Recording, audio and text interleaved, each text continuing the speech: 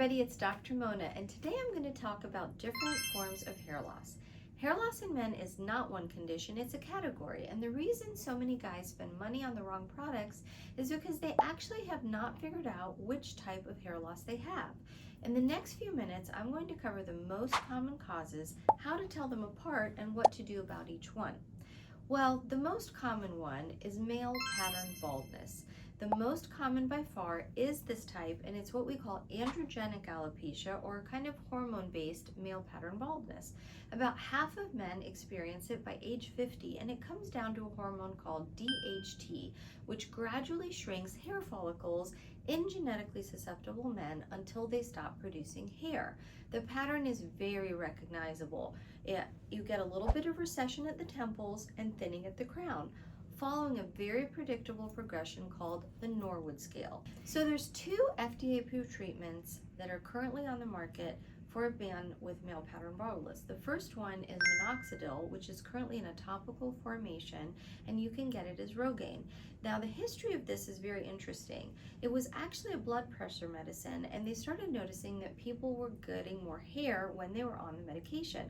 So they formulated it into a topical product that you can put on your hair. It comes as a 2 and a 5%, which is what you can use. The other one is finasteride or Propecia, which is an oral medication that you take every day. When used together, they're more effective than if you use either one alone. The key thing is to understand they preserve what you have. They are not reliable at regrowing hair that's already gone, so you really want to start early. You might have a little bit of hair growth, but the main thing is you're going to want to stay consistent with using them, and that it's going to help kind of prevent you from losing more hair. The second type of hair loss I wanted to talk about is something called alopecia areata. If you've noticed a smooth, kind of round patch of hair loss with normal looking skin underneath, that might be a condition called alopecia areata, which is actually autoimmune. And your immune system, your little white blood cells, are attacking the hair follicle and causing it to go away. The good news that in most cases the follicle is not destroyed, it's just suppressed, and so normally we can grow some of that hair back. Mild cases sometimes resolve on their own.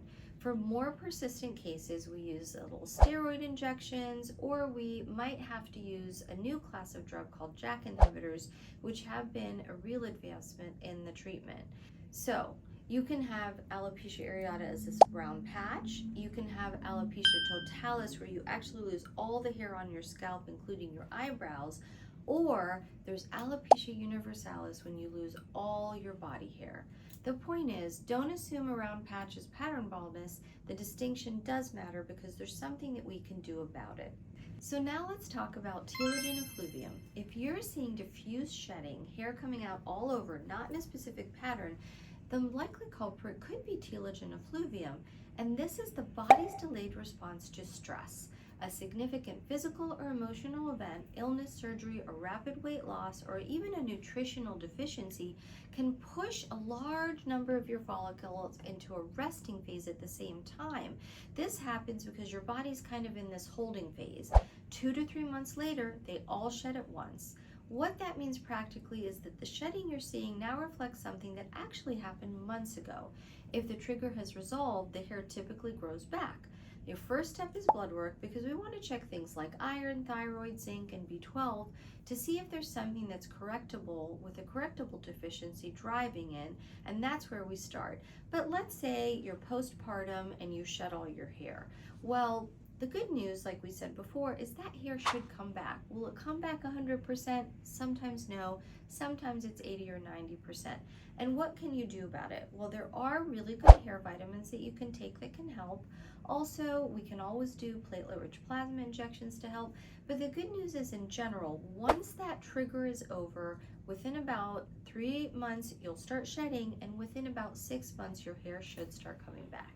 So what about scarring alopecia? This is one that we want to jump on if we can. So I want to flag this specifically because timing matters. Scarring alopecia, conditions like lichen planopilaris or folliculitis decalvans involve inflammation that permanently destroys the follicle and replaces it with scar tissue, and we can't get that hair back. Once that process is complete, the follicle cannot be restored, as I said, Treatment is about stopping the progression, not reversing it. The clinical signs that separate this from other types, there's redness, there's tenderness, there might be burning around the follicles themselves.